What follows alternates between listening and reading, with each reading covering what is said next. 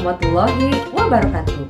Perkenalkan, kami dari kelompok 6 kelas B2 tahun 2019 PG PAUD IKIP Siliwangi yang beranggotakan Eliana Nirawati, NIM 190701113, Siti Jauja, NIM 190701115, Nia Krisisa Fitri, NIM 1907091, Iin Irawati, NIM 190701100,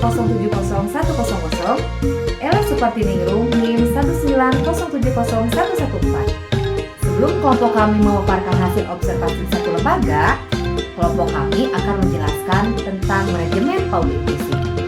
Manajemen PAUD inklusif merupakan proses yang terkait erat dengan tujuan dan efektivitas serta efisiensi penyelenggaraan sistem pendidikan bagi seluruh peserta didik, tidak terkecuali bagi peserta didik berkebutuhan khusus. Adapun yang akan kelompok kami paparkan tentang manajemen pendidikan inklusif yang telah kelompok kami lakukan diantaranya manajemen sumber daya manusia, manajemen sarana prasarana, manajemen kurikulum pembelajaran, manajemen cara penanganan anak berkebutuhan khusus, serta manfaat dan inovasi.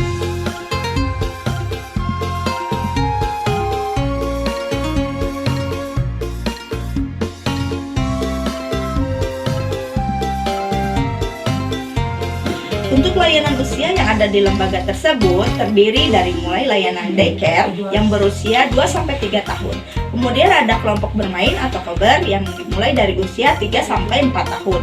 Dan yang terakhir ada di layanan taman kanak-kanak atau TK yang mulai usia dari 5-6 tahun. Untuk pembiayaan pendidikan yang ada di lembaga tersebut berasal dari sumbangan orang tua dengan sistem subsidi silang.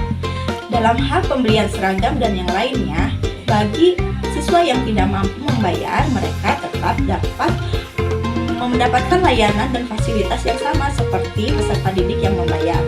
Kemudian dari pembiayaan yang berasal dari BOP itu digunakan untuk operasional sekolah. Kemudian ada pembiayaan dari anggota keluarga itu sendiri, mengingat lembaga tersebut bernaung di bawah yayasan keluarga, sehingga seluruh anggota keluarga turut tergerak ikut membantu untuk pendanaannya. Adapun sumber daya manusia atau SDM yang ada di lembaga tersebut yaitu sebanyak 10 orang yang terdiri dari 1 orang kepala sekolah, 6 orang guru kelas, dan 4 orang guru pendamping.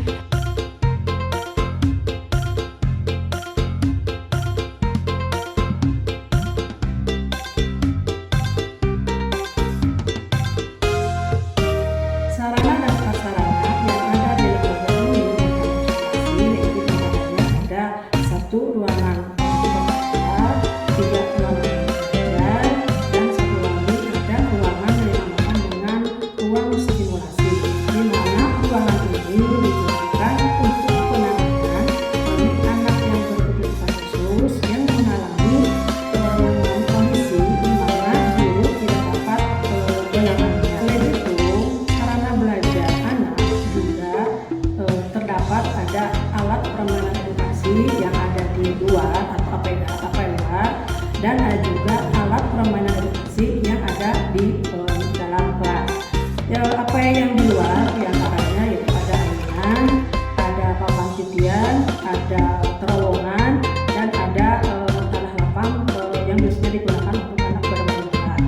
Kemudian untuk apa yang ada di dalam kelas diantaranya ada balon, ada Lego, dan buku cerita, dan lain sebagainya, masih banyak. APE yang ada di ruang stimulus itu setelah dilihat itu ada APE yang seperti cermin, terus ada permainan bola yang berukuran besar. Kemudian APE ini adalah sebagai bentuk penunjang untuk aspek perkembangannya.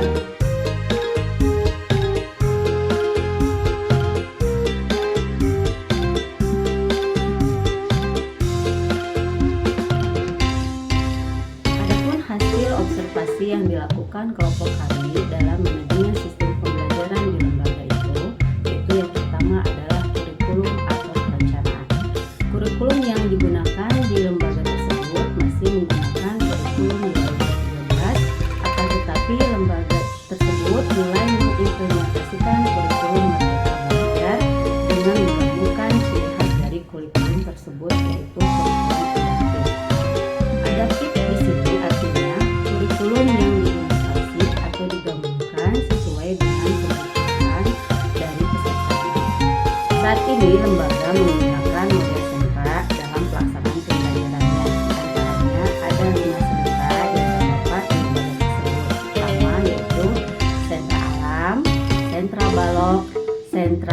spiritual, sentra gelap, dan sentra sosial drama. Adapun evaluasi atau penilaian yang dilakukan pendidik di lembaga yang telah kami observasi yaitu dengan deskripsi atau narasi yang dikeluarkan ke dalam laporan perkembangan anak di setiap semesternya.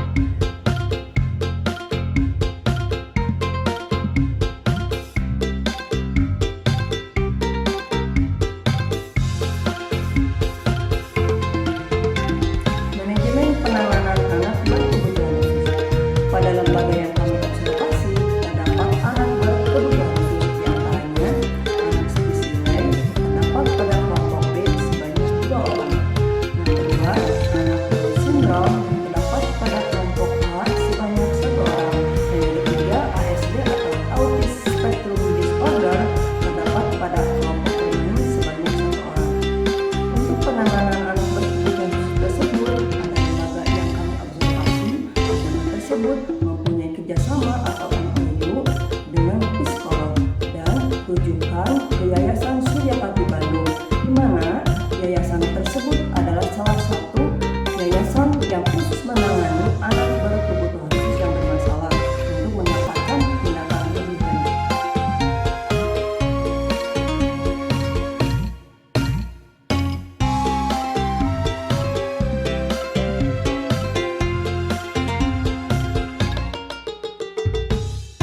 Adapun manfaat yang bisa kami peroleh dengan mengikuti mata kuliah manajemen politik inklusif ini, yaitu bahwa kami bisa memahami bagaimana cara mengelola sebuah lembaga politik inklusif.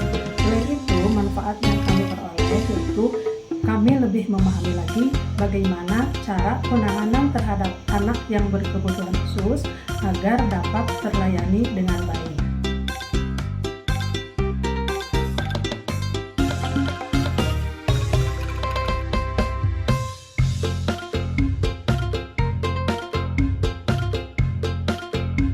Inovasi yang dilakukan oleh lembaga tersebut adalah peningkatan jiwa intervensi pada anak melalui kegiatan Vercil Pendidikan Kecil. Selain itu, lembaga tersebut mengadakan kegiatan parenting tentang pendidikan inklusif yang diperuntukkan untuk umum, yaitu pendidik dan orang tua.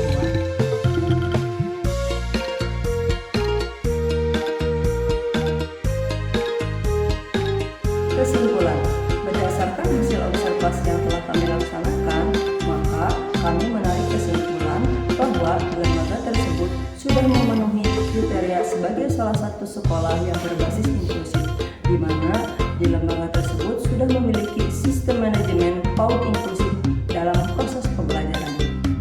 Sekian hasil pemaparan dari kelompok 6.